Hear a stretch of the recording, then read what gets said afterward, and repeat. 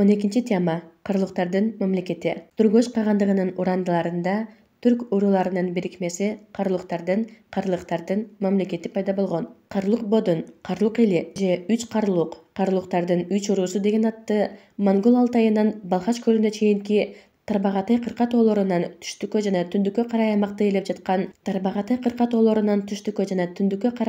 ээлеп жаткан көчмөн уруулардын күчтүү союзуна таркатышкан. Карлук бирикмесинин курамына Булак, Чигил, Жесебек жана Ташлык деген үч ири уруу кирген болчу. Урулардын Карлук союзунун тарыхынын баштапкы мезгилинде эле алардын территориялык жана саясий бытырандылыгы белгиленген. Карлуктардын бир бөлүгү 6-кылымдын экинчи жарымында же 7-кылымдын башталышында Тогарстандын аймагынын бир бөлүгүн ээлеген. Алардын башчысы Жабгы наамын кабыл алып, Батыш түрк, андан кийин Түргөш кагандарына көз каранды болгон. Тогарстандык карлуктар араб баскынчылары менен күрөштө көрүнүктүү роль ойношкон. Карлуктардын башка бир бөлүгү алыскы чыгыштагы монгол талааларында калышкан. Тарбағатайлык карлуктардын күчтүү армиясы болгон.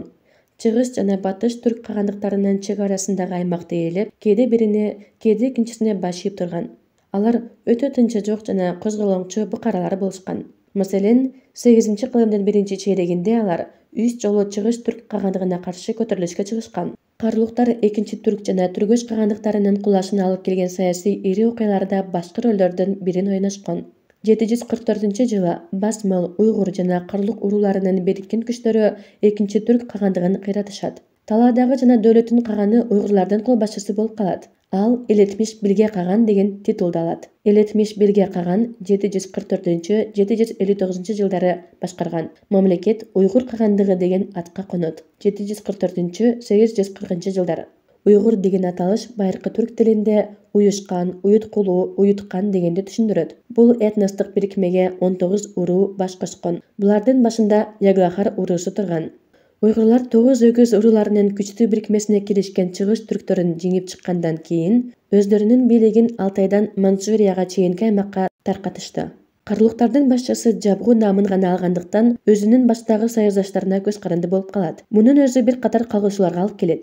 Уйгурлар кысымга алышкан карлуктар 746-жылы Жети Сууга көчүп кетишет. Мында саясий кырдаал абдан татаал болчу. Түргөш кагандыгындагы токтолбогон кырмашуудан улам андагы бийлик жүргүзүлбөй калат. Ушундай кырдаалдан пайдаланып, 748-жылы Кытай армиясы Чүй өрөөнүнө басып кирип, Суяб шаарын ээлеп, аны кыйратат. Арабтар болсо Согд, Чач, Ташкент, Фараб шаарларын басып алат. Жагдайды байкап турган арабтар Таң империясынын Орто Азиянын иштерине мынчалык одоно килигишүүсүнө жол беришкен эмес. Зияд ибн Салих башчылык кылган арабтардын 100 000 жоокерден турган армиясы Кытайларга каршы бет алышат. Бул кабарды уккандан кийин Кытай кол башчысы Гао Сянчи 100 000 аскери менен арабтардын жолун тосуп Суябтан чыгат. 751-жылы июлда Талас өрөөнүндөгү Атлах шаарында азыркы Кара Буура районунун Жоон Дөбө айылынын түндүгүрөөк жагындагы урандылар беттешишкен. Бет келишкен эки армия тең дарыядан өтүүгө багынбай туура 4 күн тирешип турушту. 5-күн дегенде карлуктардын атчандары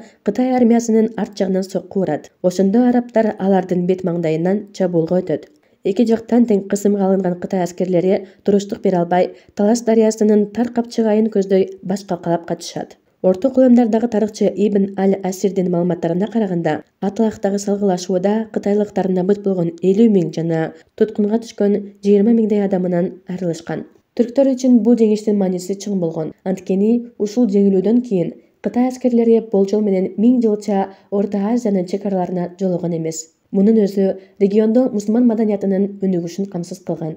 Ошентип, карлуктар Кытай аскерлерин кыйратууда маанилүү роль ойношуп, Жети Сууда өзүлөрүнүн абалын бекемдешти. Бирок карлук төбөлдөрүнө саясий үстөмдүк кылуу үчүн дагы узак убакытка күрөш жүргүзүүгө туура келген. Карлук жабгуулары талааларга ээлик кылуу үчүн уйгур кагандыгы менен күрөшүүнү өзүлөрүнүн башкы милдети катары эсептешкен. 751-жылы алар уйгурларга каршы коалицияны түзө алышкан. Ага карлуктардан тышкары түрктөр, кыргыздар жана чек уруулары киришкен. Союздаштар макулдашып, чечкиндүү аракет кылышкан эмес. Качып өткөндөр коалициянын душмандык ниеттери жөнүндө уйгурларга билдиришкенде, Элетмиш Билге каган чыгаан кол башчынын сапатын көрсөтүп, союздаштарды жалгыздап талкалаган. Карлуктар 40 жыл илгерки түргөчтөрдөй эле Иртыш дарыясынын сол жээгиндеги Болучу деген жерде жеңилишкен. Bir жылдан кийин карлуктар түргөчтөр жана басмалдар менен союзда болуп, талаалардын түкүрүнө жортуул жасашып, уйгур каандыгынын борбору Өтүккенге жетишкен. Уйгурлар басмалдарды, карлуктар менен түргөчтөрдүн бириккен отряддарын талкалашат. Өчүр карлуктар мындан кийин да уйгурларга бир нече жолу кол салышып, бирок дайыма жоготууга учурап, чегинип турушкан. Ошол эле убакта карлук жабыгылары Жети сууда саясий үстөмдүк үчүн күрөш жүргүзүшкөн. Мында алардын башка атаандаштары Онук элинин конфедерациясына киришкен огуздар болушкан. Огуз каган жөнүндө легендаларда жана уламыштарда Ысык көлдүн жана Талас өрөөнүнүн аймагы Огуз элинин түпкү мекени катары айтылат. Күрөш айыгышкан мүнөздө болуп, арасында тыным алуулар болуп 20 жылга созулган. Согуш карлуктардын жеңиши менен аяктап, алар 766-жылы Суяб жана Тарас шаарларын элешкен. Огуздардын бир кыйла бөлүгү Жети сууну ташташып, арал боюна көчүп барышып, анда өз мамлекетин негиздешкен.